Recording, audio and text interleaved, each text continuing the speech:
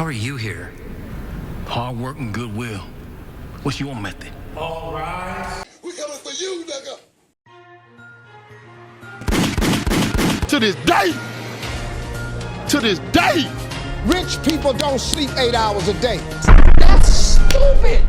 Use your common sense. Yes, people, I am back. What up, Bushido Spirit? Back with another review, For Life, episode Uno, pilot. But before I get into that, let's talk about Isaac Wright Jr., the man that inspired this show. Because once the episode ended, I had to immediately run to the interweb and look this shit up, because the story seemed far-fetched. Like, how in the hell did a convicted drug dealer get a law degree behind bars and free himself? Story sounded like Shawshank to me, but I was happy to know it was all true. Isaac the motherfucking giant slayer Wright freed himself and is working for a law firm. On top of that, the corrupt prosecutor that made sure he was convicted later killed himself. Man, what a fucking legend. What a fucking legend. Also, Wright, along with 50 Cent, is one of the producers of this show. Damn. Black excellence at its finest. And that has been your Black History Month Minute. Anyway, before I continue with the episode review, remember to like, comment, and sub to the channel. I drop reviews on any and everything.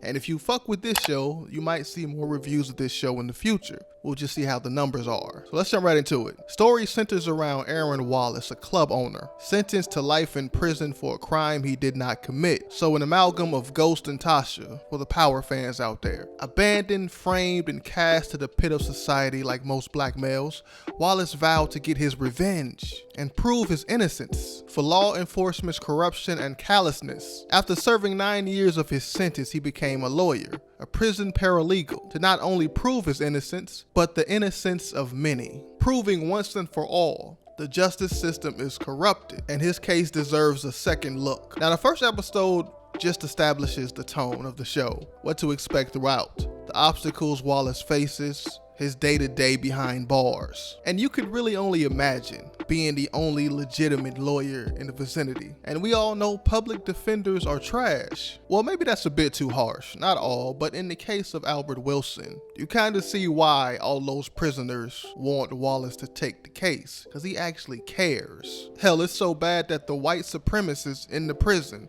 want him to be on their side. So let's jump right into this first episode. He is slated for his first case, Wallace that is, defending young Jose, who got slapped with 20 on a sex charge and attempted murder. Young Jose was a little too old for Becca, but he didn't care. The two were in love. However, Amber's parents weren't happy. They threatened the couple, made Jose bow out, but Abby couldn't let things end. She'd rather end herself instead to really make her parents hurt. So she called Jose over one last time for some goodbye sex. Unbeknownst to him, Jose rightfully hesitated. She had been badgering him for weeks about Crystal, but eventually he gave in and succumbed to Abigail's charms. Guess you could call it white girl magic. The two made sweet, passionate, statutory love that night. Then Jose grew tired and dozed off. That's when Cassie hatched her plan. She wrote a suicide note to Jose and OD'd. "This is for you, Mom and Dad." However, the plan was a failure. She survived the ordeal due to Jose calling 911. Law enforcement arrives and immediately blames the Mexican, thus his 20-year sentence. Also, Madeline's parents burned the suicide note. Damn, harsh. They didn't want the cops to know their daughter had anything to do with Jose. But good thing my nigga Wallace was on the case. At first, things seemed rocky, but who could blame him? Being pitted against the man who put you away on your first assignment makes it hard to maintain composure. However, he was not the only one shaken. His opponent, O'Reilly, felt the burn. Sanders 2020.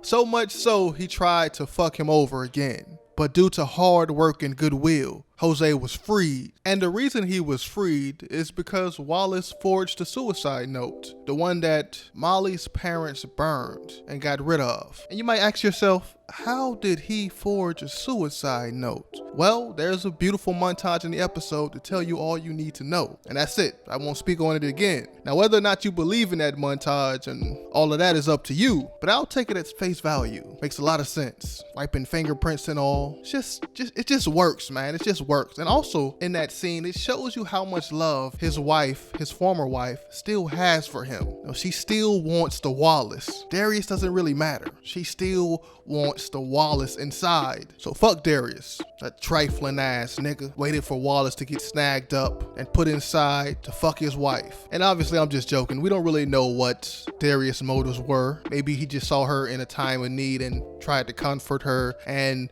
things just happened. Or maybe he was a nigga that framed Wallace just so he could fuck his wife. We don't even know where that's going yet. Maybe in the future. I think that guy's name is Darius. I don't even know.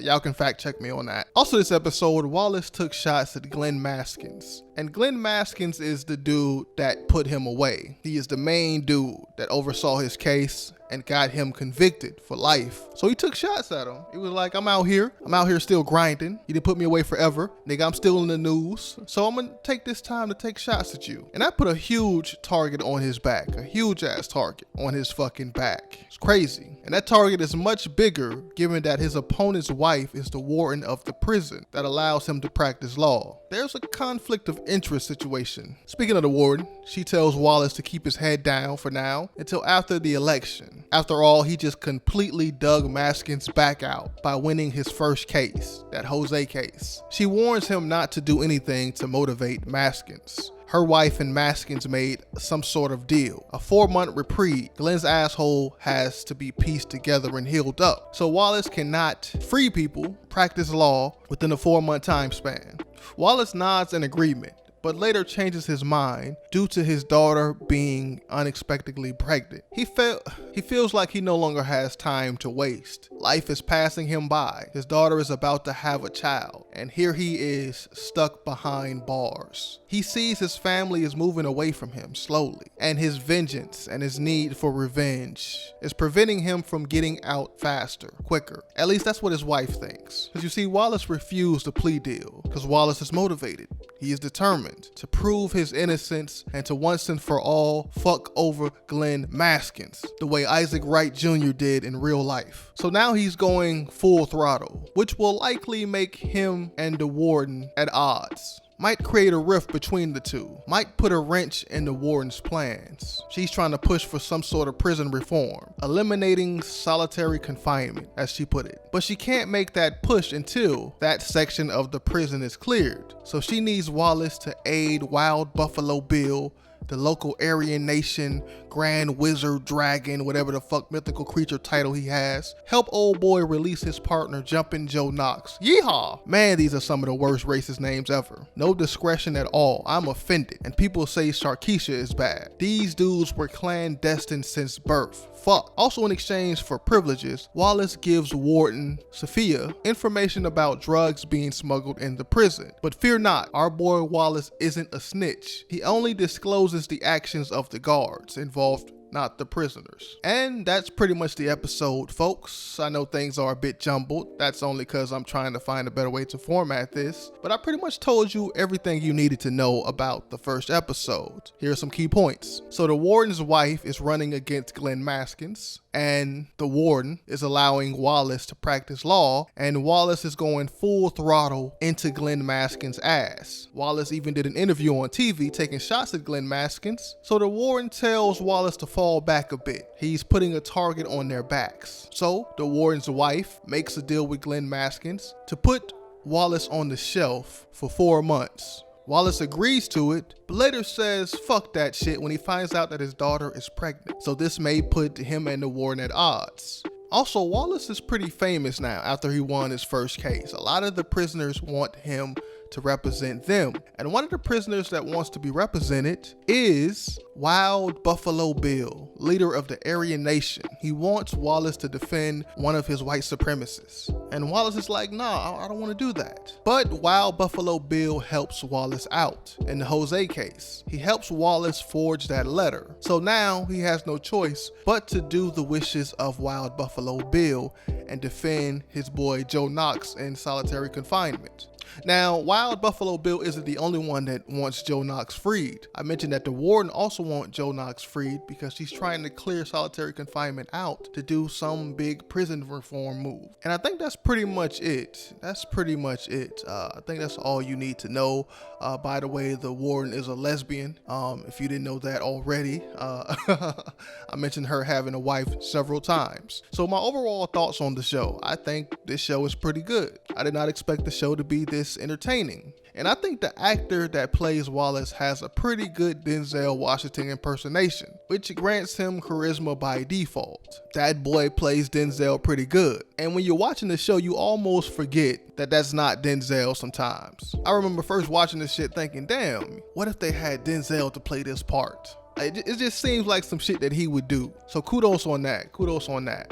I really fuck with this. Kind of reminds me of that Denzel movie, Hurricane. Kind of think about that when I'm watching this episode, this TV show. But yeah, that's pretty much it. What are your thoughts in the comment section below? Are you fucking with 50 Cent's latest show? Do you like it more than Power? Or are you like, fuck this shit, I'm waiting for Power Book 2 with Tariq, or whatever shit that Tate and Tommy are doing? I'm waiting on those shows. And if you truly feel like that, that's fine, but you're missing out. This show is pretty good. Check it out. I'm your boy Bushido Spirit. Peace.